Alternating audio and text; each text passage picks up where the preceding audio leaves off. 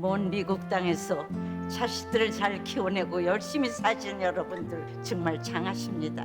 안녕하세요. 전원주입니다. 전쟁도 가난도 겪은 우리 세대는 참 눈물겨운 세월을 살았죠. 아메리칸 드림을 이루기까지 여러분들의 세월이야 어떠셨겠습니까? 건강 관련 프로그램에 출연하면서 요즘 제가 깨달은 건요, 양 한 방을 잘 결합하는 게 최고의 건강 관리라는 겁니다. 클레버 케어, 메디케어 어드밴티지 플랜 아세요? 양방과 한방의 좋은 혜택들을 쏙쏙 뽑아서 제공해주는 똘똘한 플랜이더군요. 우리 한인의 건강 문화도 이해하고 실력 있는 한국 의사와 전문의를 척척 연결해 준다니 얼마나 똘똘합니까? 이제 우리도 똘똘한 클레버 케어 플랜으로 150까지만 사십시다.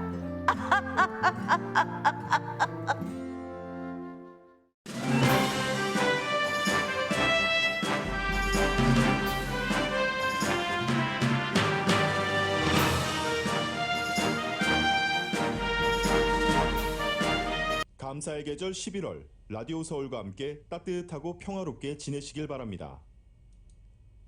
강혜신의 오늘의 미국.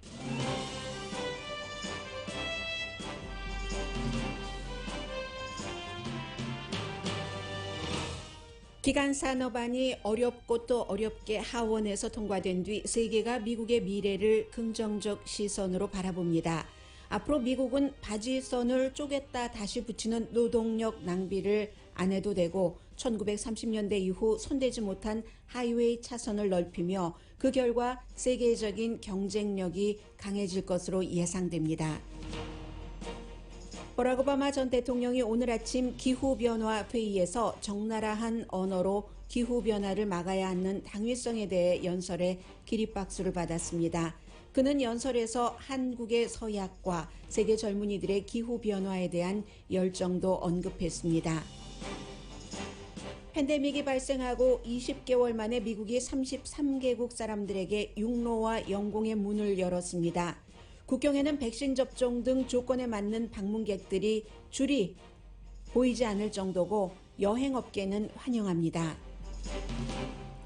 심각한 바이러스 사태는 끝이라는 전문가 예상이 이어지지만 보수적인 레드 스테이트에서의 사망률은 블루 스테이트보다 3배 높습니다. 백신 접종이 주요 이유인데 보수적인 주정부는 백신 의무화에 대해 정부를 고소하고 승소 판결도 받았습니다. 가족분리 정책 피해자에게 정부가 보상을 하느냐 마느냐가 논란 속에 결정되지 않은 듯 보입니다. 텍사스주 휴스턴에서 열린 래퍼의 공연에서 사고로 음악 팬들이 숨지고 다쳤는데 경찰은 형사 수사를 하고 있습니다. 사고가 난 걸 보면서도 래퍼가 공연을 30분이나 이어갔기 때문입니다. 처음 몇 개월의 봉급을 비트코인으로 받겠다고 밝힌 뉴욕시장 당선자가 공무원 봉급도 비트코인으로 지불할지를 검토할 것이라고 말했습니다. 뉴욕을 블록체인 업계가 바라는 혁신의 도시로 만들겠다는 뜻입니다. 여러분 안녕하십니까? 오늘의 미국 강혜신입니다.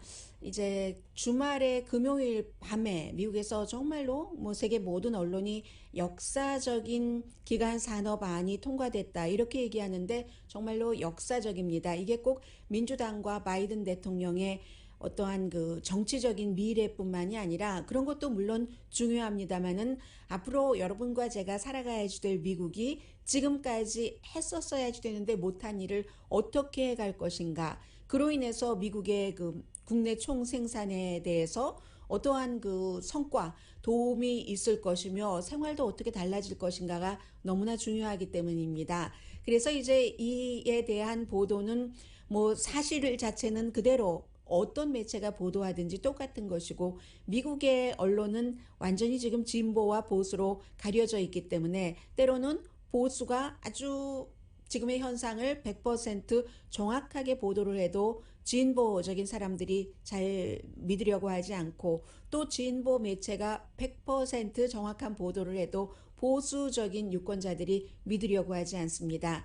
그래서 저는 이 기간산업안이 통과된 것이 정치적으로는 어떤 의미가 있고 실제로 미국의 세계적인 경쟁력에서는 어떠한 의미인지를 하나는 가디언, 하나는 이코노미스트를 중심으로 보도를 해드리겠습니다. 먼저 상징적인 것이야 역사적으로 당연히 그 필요한 일이었다. 가디언이나 이코노미스트나 똑같이 지적을 합니다.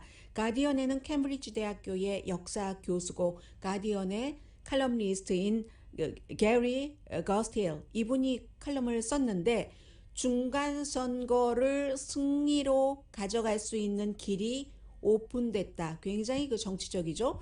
첫 번째 시작할 때 이제 소 제목도 그렇게 붙였고 제목이야 이 교수가 붙였는지 편집인이 붙였는지 알 수 없습니다만 왜냐하면 때로는 컬럼니스트들은 자신의 컬럼에 제목까지 붙이는 사람들이 많잖아요. 시작 소제목도 그랬고 맨 마지막 문장도 이로써 민주당은 굉장히 어려워 보였던 그런 그 중간 선거에서 여전히 다수당을 유지할 수 있는 길을 닦았다라고 표현을 했습니다. 아이젠하워 의회 이후에 가장 큰 기간 산업 투자라고 했고요.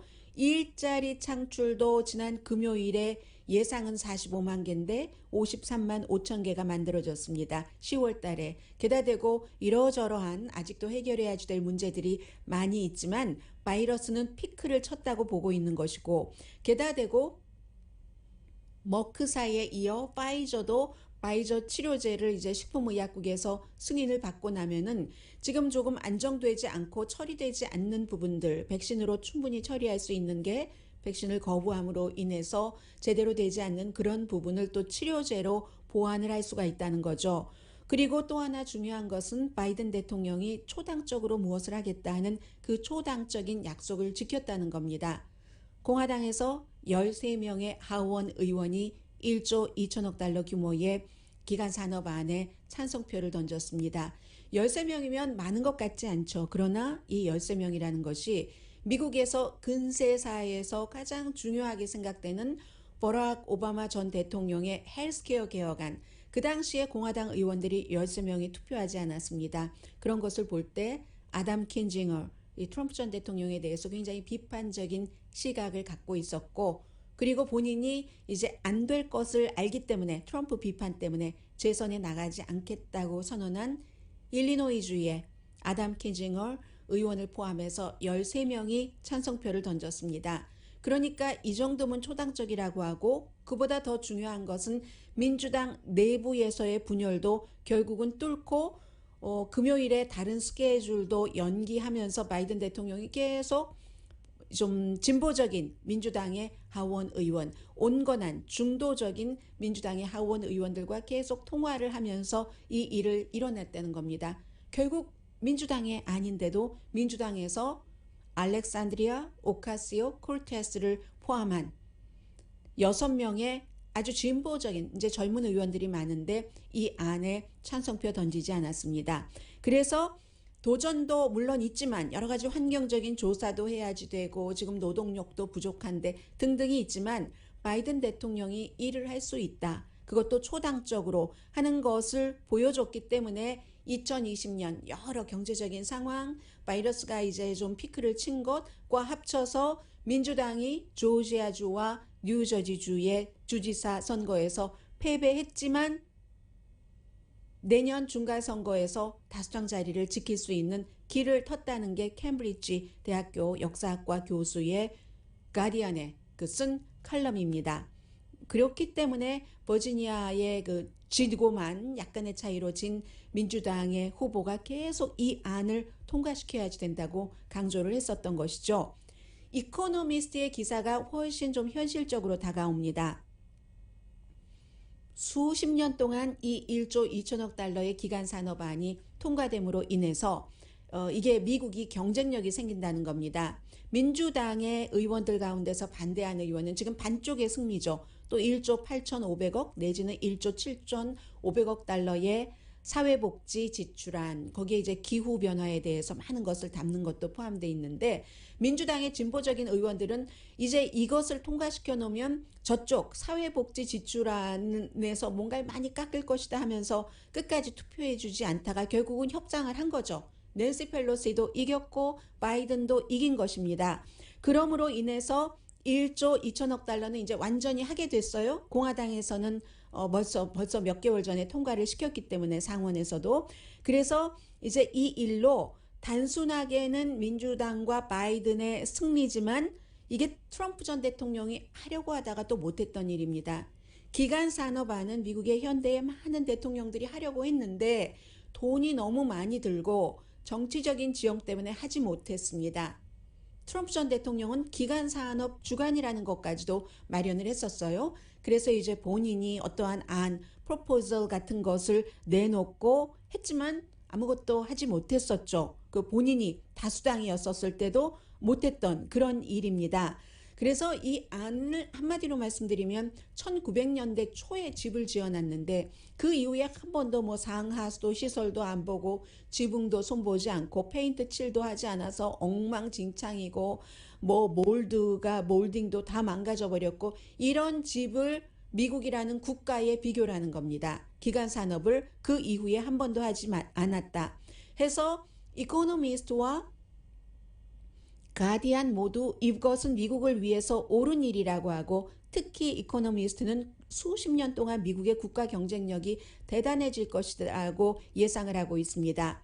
아주 쉽게 몇 가지 예를 들었습니다. 혹시 미시시피에서 이 방송 듣고 계신 분들 계십니까? 미시시피의 그 락앤댐 25라고 미시시피 강 북쪽에 이제 그쪽에도 아시아에서 오는 그런 그 수출품 같은 것들이 드나드는 그런 곳이기 때문에 그러면 이제 화물을 실으는 그 바지선이 있잖아요. 그런데 이게 이제 상하류 이 교차 지점이기 때문에 그럴 때 이제 물 수위를 이렇게 조절을 해서 한쪽은 열어두고 한쪽은 닫아두고 하는 바로 그런 그 락앤댐 25가 거의 1300피트니까 한 400m 정도 되겠네요. 해서 선박을 통과시키기 위해서 어쨌든 수위를 조절하는 이 장치가 거의 100년이 됐는데 당연히 이제 콘크리트와 강철 구조죠. 배는 100년 동안에 얼마나 크기가 커졌겠습니까? 그런데 그 락앤댐 바로 그 구조물은 그대로 있는 거예요. 그렇기 때문에 어떤 때는 이 바지선을 쪼개서 이만큼 쪼개서 이렇게 하게 하고 또 나중에 또 쪼개다가 또 그거 이제 그 접속을 시켜서 하는 그러니 엔지니어들이 얼마나 힘들었겠습니까? 이 바지선을 나누는데 분리를 하는데 분리를 했다가 다시 또 붙이고 하는데 3시간 정도는 걸린다는 거거든요. 그 3시간에 돈은 얼마나 많이 들어가겠습니까? 하이웨이요? 1930년대 5월 1900 더 활성화됐을 때는 1950년이니까 그때 이후에 차선 레인이 거의 같은 그 하이웨이, 프리웨이가 굉장히 많습니다. 물도 마찬가지예요. 사람들이 먹는 물.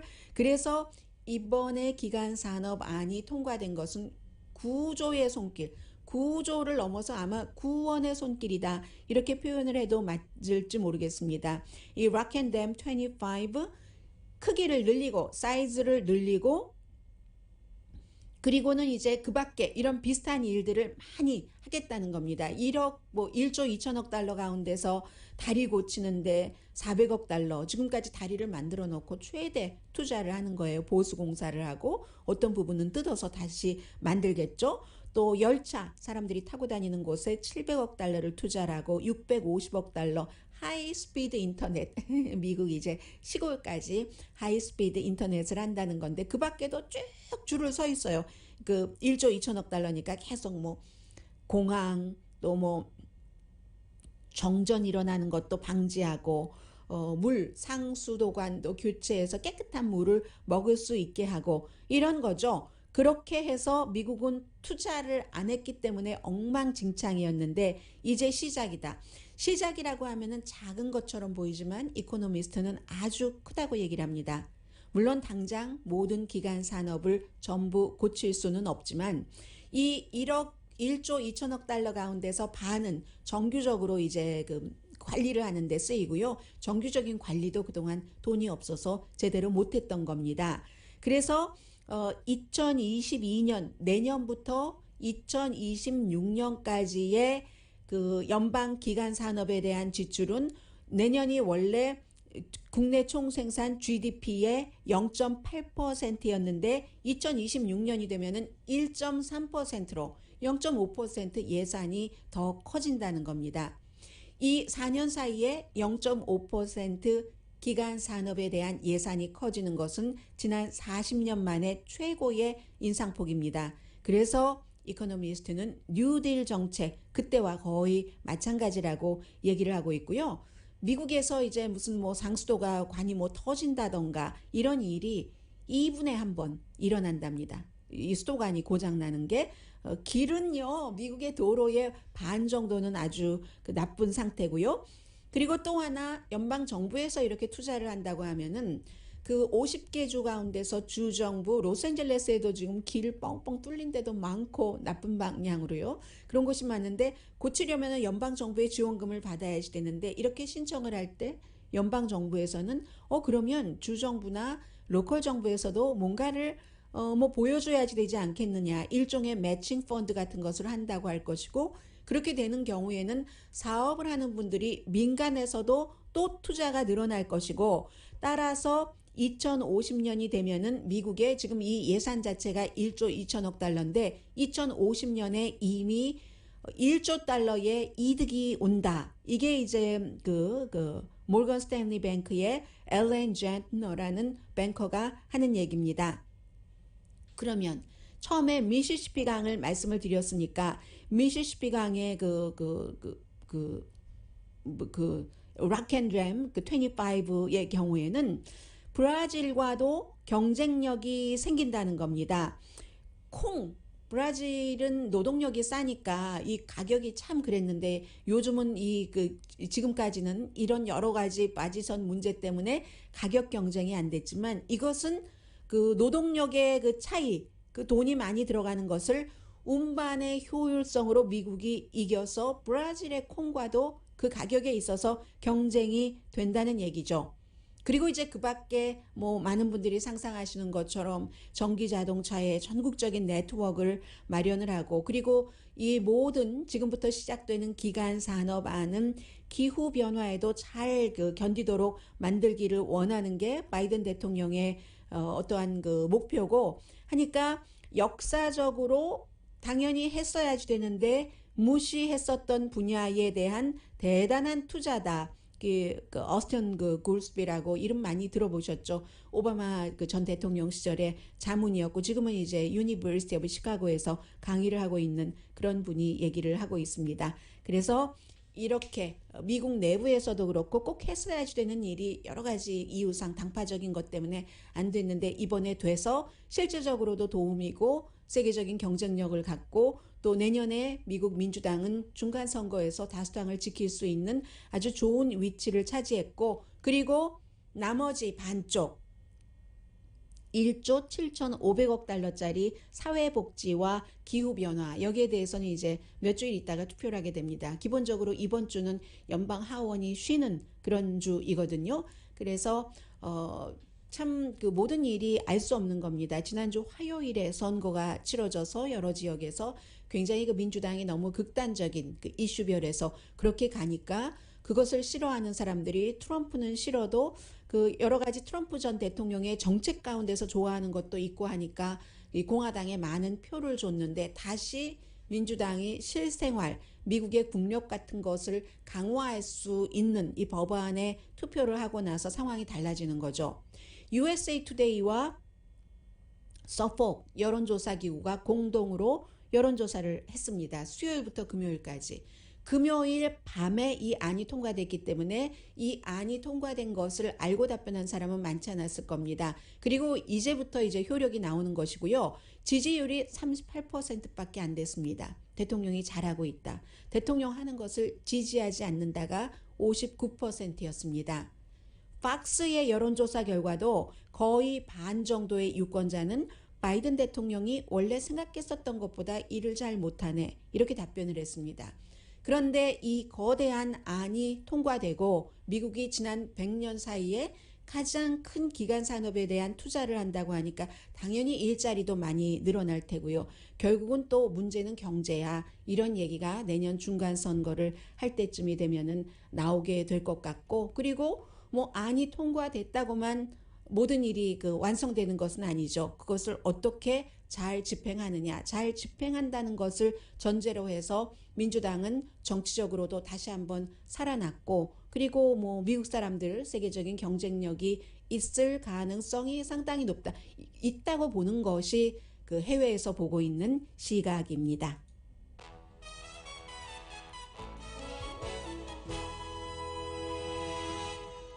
오늘의 미국은 전문가가 추천하는 이민법, 가정법 전문 제인정 종합법률사무소, 미주류 언론과 유명 인사들을 감동시킨 미주 판매 1위 카후나 마사지 체어, 한인 기업의 자랑 카후나 마사지 체어, 코지다운 갤럭시 거위털 이불은 잠이 솔솔 오게 하는 기능성 거위털 이불, 거위털 이불 전문회사 코지다운, 친절하고 자세한 상담으로 절개를 최소화하는 복강경 수술 전문 장지아 외과, 매일 아침 재래식으로 직접 만드는 검정콩 생순두부 수라원 순두부, 차원이 다른 샴푸형 흰머리 염색약 수화연을 핫세일 중인 한국 홈쇼핑 공동폰입니다. 잠시 뒤에 뭐 바이러스 그리고 행정부의 정책 이런 것들 보도해 드립니다.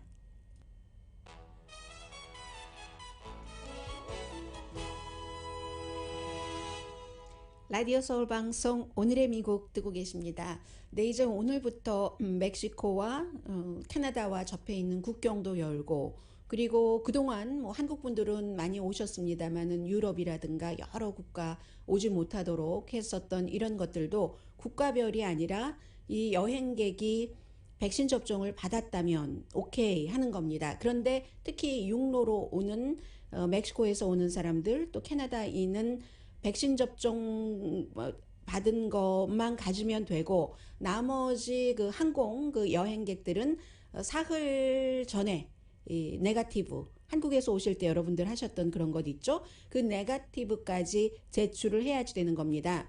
이 이슈는 결국은 거의 조금 있으면 정말 2년이 되는 그런 상황인데, 여행도 여행이고 관광도 관광이지만 다른 나라에 살고 있으면서 미국에 있는 가족을 만나러 오고 싶었는데 그냥 보고 싶은 뿐만이 아니라 여러 가지 가족은 패밀리 메러라는 게 있죠. 그랬는데도 불구하고 오지 못했던 사람들에게 길을 열었다는 것에서 미국 여행업계, 숙박업계, 관광업계뿐만이 아니라 굉장히 많은 사람들의 일상생활에 영향을 미치는 겁니다. 그런데 이제 인정이 되지 않는 백신이 있잖아요.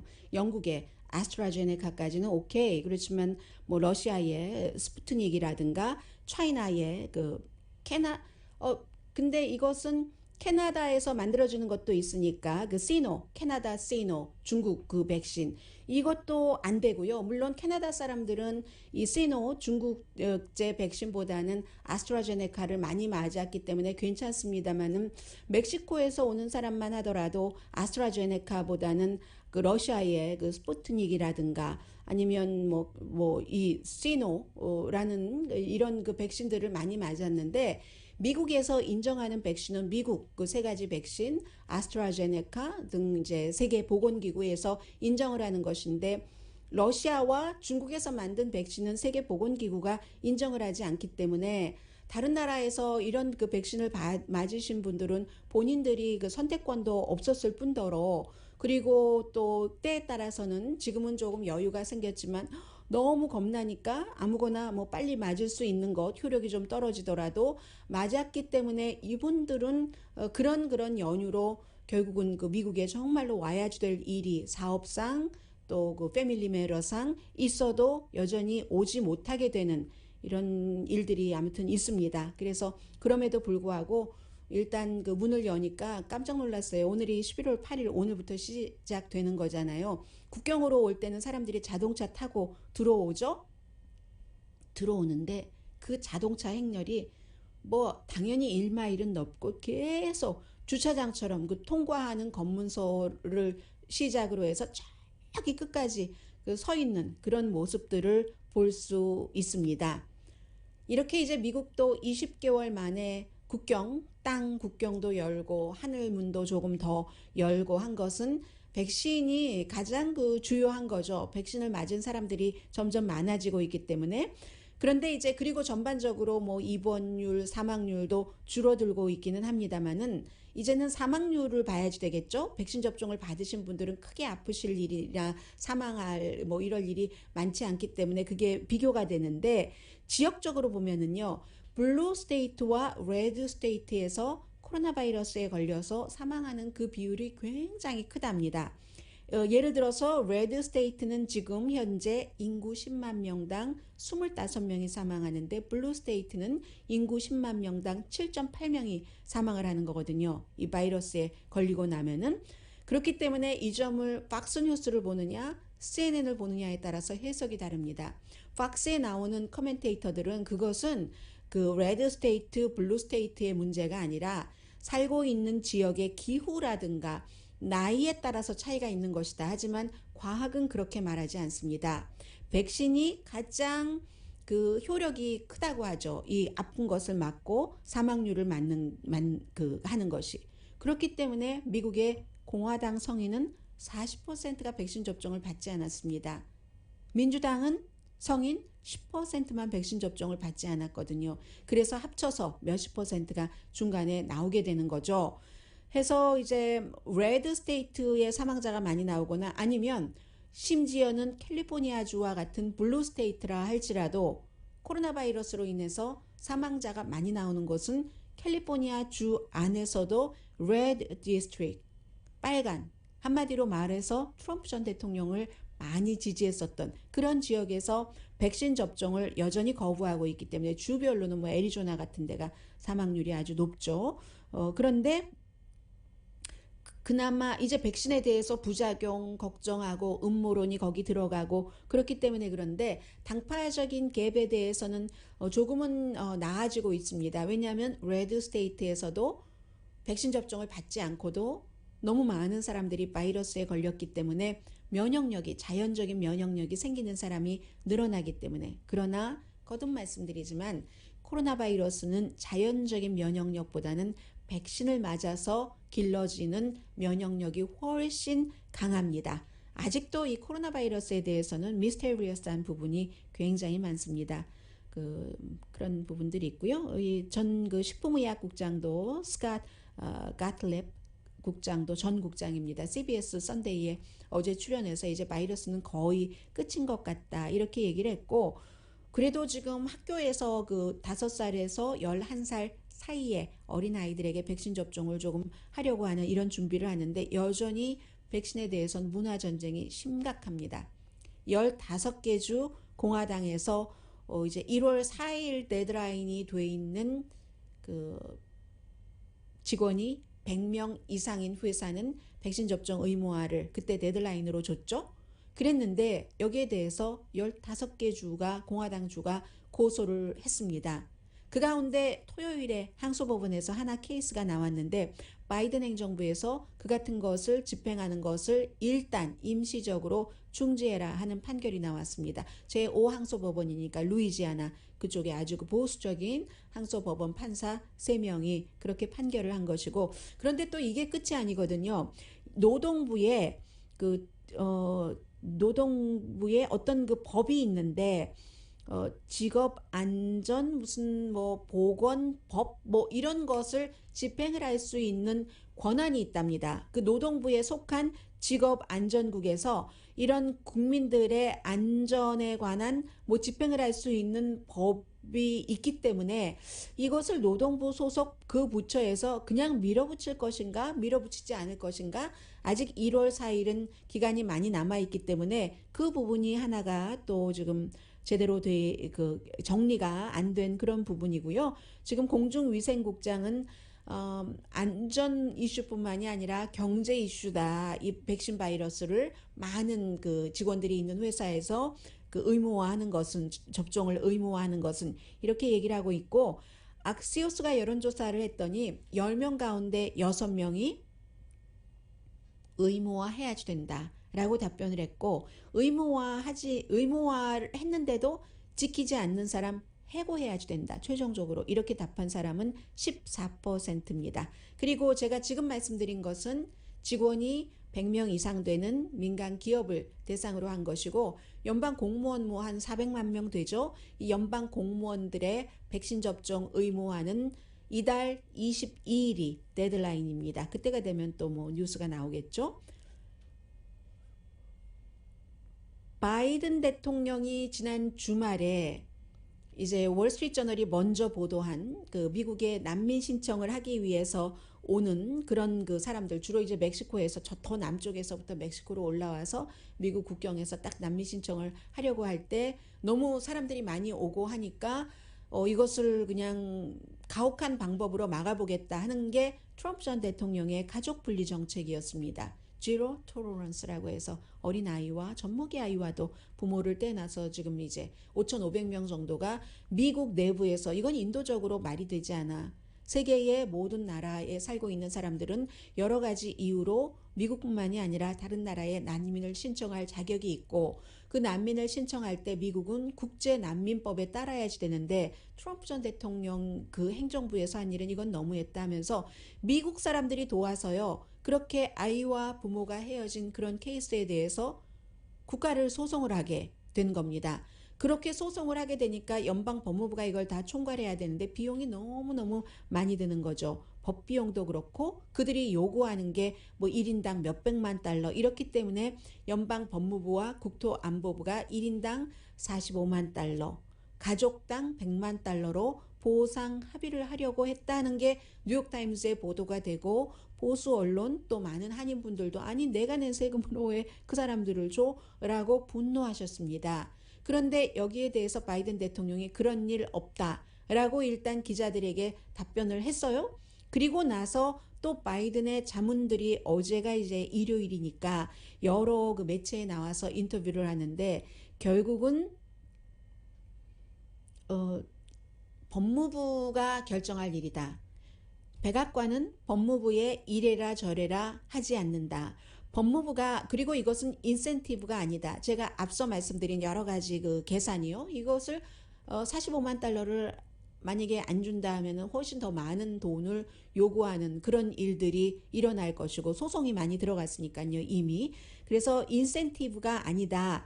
법무부가 만약에 어차피 소송이 시작이 됐기 때문에 납세자의 돈을 오히려 절약하는 방법이 45만 달러 보상이라고 생각을 하고 결정을 하면은 뭐 백악관은 그 법무부의 집행에 대해서 뭐라고 저지할 권한까지는 없다는 그런 얘기예요. 그러면 바이든 대통령은 그런 일 없다라고 얘기했는데 며칠 뒤에 자문은 또 다른 얘기를 하면은 자문이 대통령의 그 마음과 전혀 반대되는 얘기를 하지는 않는 것 아니겠어요? 그래서 이 문제가 아직 해결되지 않았구나 하는 것을 볼 수 있고요. 잠시 뒤에 이제 미국의 이제 새로운 시장이 뭐 얼마 안 있으면 취임을 하고 할 텐데 뉴욕이 좀 새로운 도시가 될 것 같다 하는 것, 그리고 버락 오바마 전 대통령이 오늘 로스앤젤레스 시간으로 아침에 기후변화 회의는 뭐 바이든 대통령 집으로 돌아왔고 문재인 대통령도 집으로 돌아갔지만 영국의 그 호스트인 그 보리스 존슨 총리라던가 많은 세계의 기후변화에 대해서 뭐 일을 해야지 된다는 운동가들 그곳에 있습니다. 아침에 보니까 존 케리 바이든 대통령의 기후 특사도 그 자리에 그대로 있었고요. 버락 오바마 전 대통령이 기후변화에 대해서는 굉장히 대통령 당시에 일을 많이 했었던 사람인데 오늘 연설을 하는데 보니까요 40분도 넘게 연설을 했습니다. 연설이 끝나고는 뭐 기립박수를 많이 쳤었는데 사람들이 그 기후변화에서 한국 얘기도 나왔고요. 굉장히 쉽게 했어요. 오늘 연설을 아주 쉬운 말로 연설을 했는데 잠시 뒤에 이 기후변화에 관한 얘기도 전해드립니다.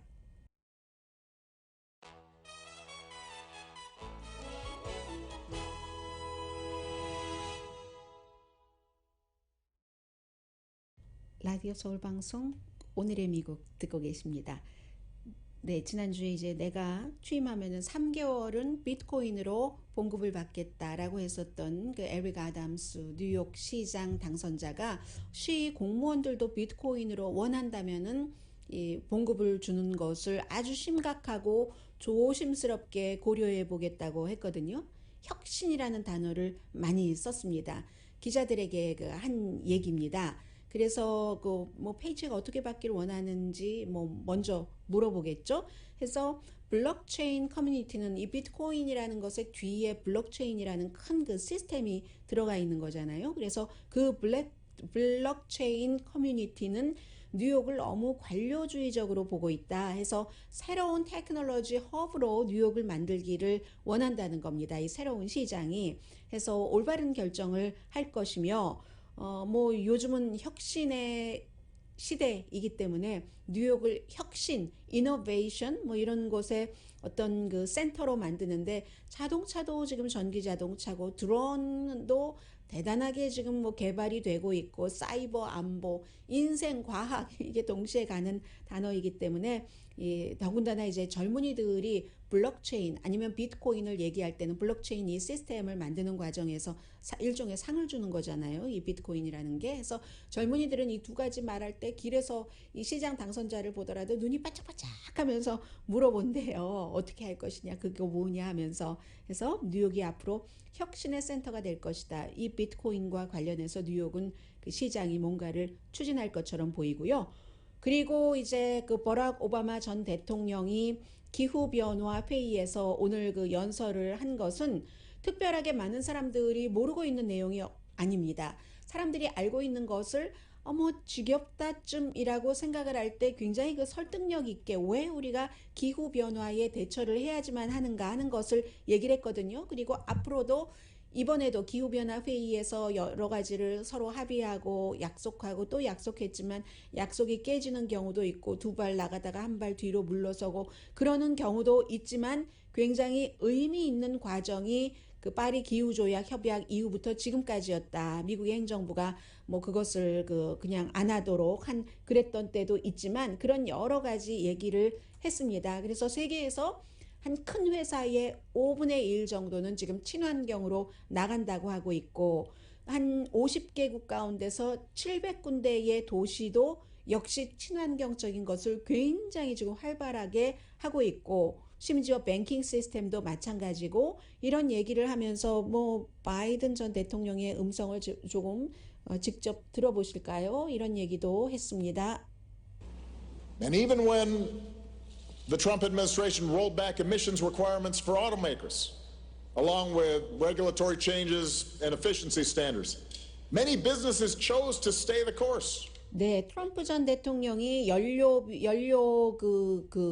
비 이런 것을 이 바이든 그 전 행정부 시절에는 굉장히 많이 하라고 했는데도 이거 반대 방향으로 나갔죠. 그렇기 때문에 이분 트럼프 전 대통령이 그렇게 했을 때도 많은 그 업체에서는 그 자신의 행정부 때부터 했었던 클린 에너지 이 자동차 업계에서도 그런 것을 해나갔다는 얘기입니다. 그래서 지금은 일부 지역에서는 친환경 에너지가 화석 연료보다 훨씬 싸다는 얘기도 했고요. 그리고 클린 에너지 분야에서 일하는 사람이 미국에서도 300만 명으로 이제는 전체 화석 연료, 석탄, 무슨 오일 등등에서 일하는 사람보다도 더 많다라고 하면서 미국이 이 분야에서 리더십을 가져야지 되고 미국이 해야지 된다고 하는데 살짝 넘어가거든요. 온실가스 이런 얘기를 하면서 미국은 막대한 책임이 있다라고 책임론도 말했습니다.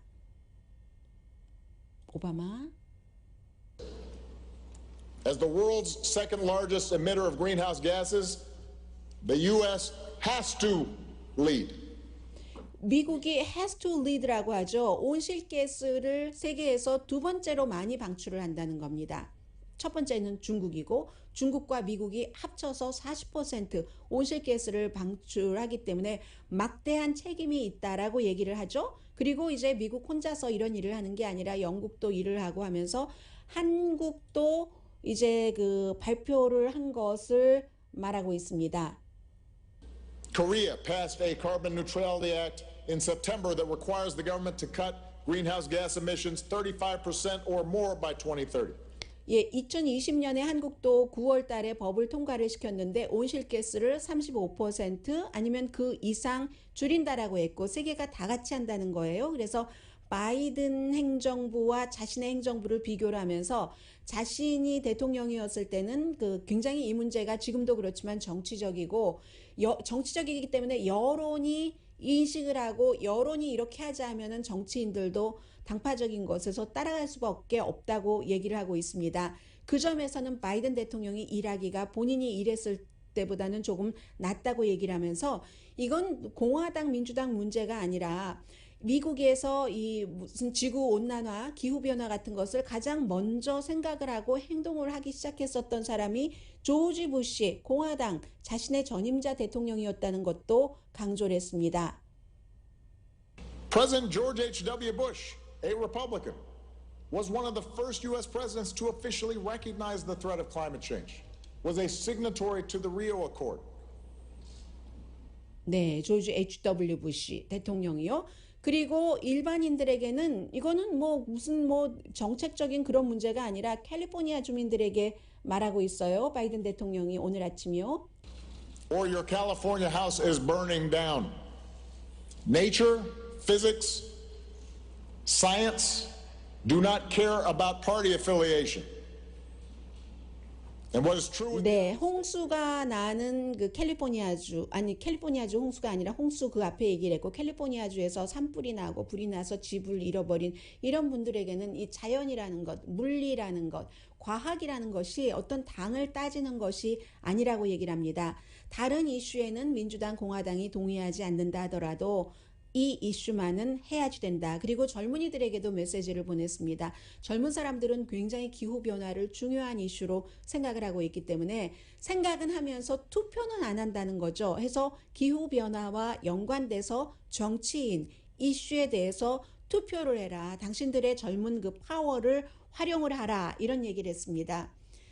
그 산업혁명 이전보다 그 기온을 1.5도 정도 높이는 것으로 유지하는 것, 이거 굉장히 힘든 일이지만, 그렇지만 또 중간에 일하다가 분노하고 좌절하고 하지만 할 수밖에 없는 일이라고 강조를 했습니다. 그리고 역시 이게 미래의 산업이기 때문에 일자리도 창출한다는 점도 밝혔습니다.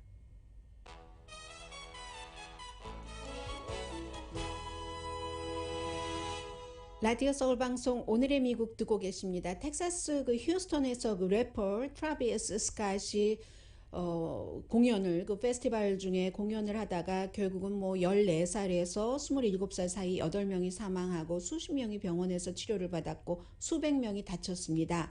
왜 이 래퍼가 공연을 할 때 무대 앞으로 그냥 확 사람들이 모여들어서 그런데 사실 휴스턴 경찰국은 이 군중을 어떻게 컨트롤할 수 있는가를 몇 개월 전부터 열심히 그 연습을 하고 시나리오를 짜고 했었다는 거거든요. 그런데 문제는 딱 그 9시 39분에 군중들이 딱 무너지기 시작해서 앞으로 막 가고 넘어지고 하는 일들이 발생을 했겠죠. 일부는 그 심장질환을 일으켰고 그 당시에 쇼의 프로모터가 이거 중단을 한다 하는 결정을 내렸는데도 스캇이 그의 그 세트를 완주를 했다는 겁니다. 그 이후에도 40분이나 더 여기에 어떤 약물이 들어갔는가, 왜 그는 중단하지 않았는가 형사 수사를 하고 있습니다.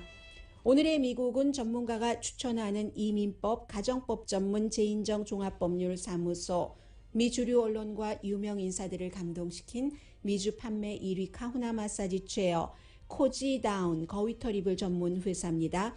복강경 수술 전문 장지아 외과, 검정콩 생순두부, 수라원 순두부, 흰머리 염색약 수화연을 핫세일 중인 한국 홈쇼핑 공동 후원이었습니다. 10시에 좋은 아침, 좋은 하루 방송됩니다.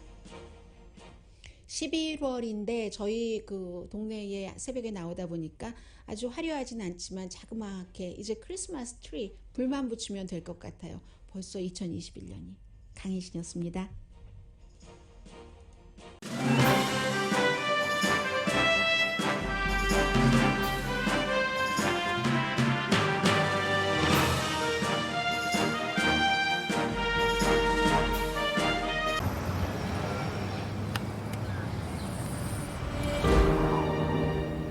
아직 쓰여지지 않은 스토리. 그 스토리를 완성하기 위해서는 새로운 아이디어를 찾아 움직여야 합니다. 우리의 움직임, 그것은 차세대 전동화 차량을 만드는 것입니다. 당신의 새로운 영감을 찾아서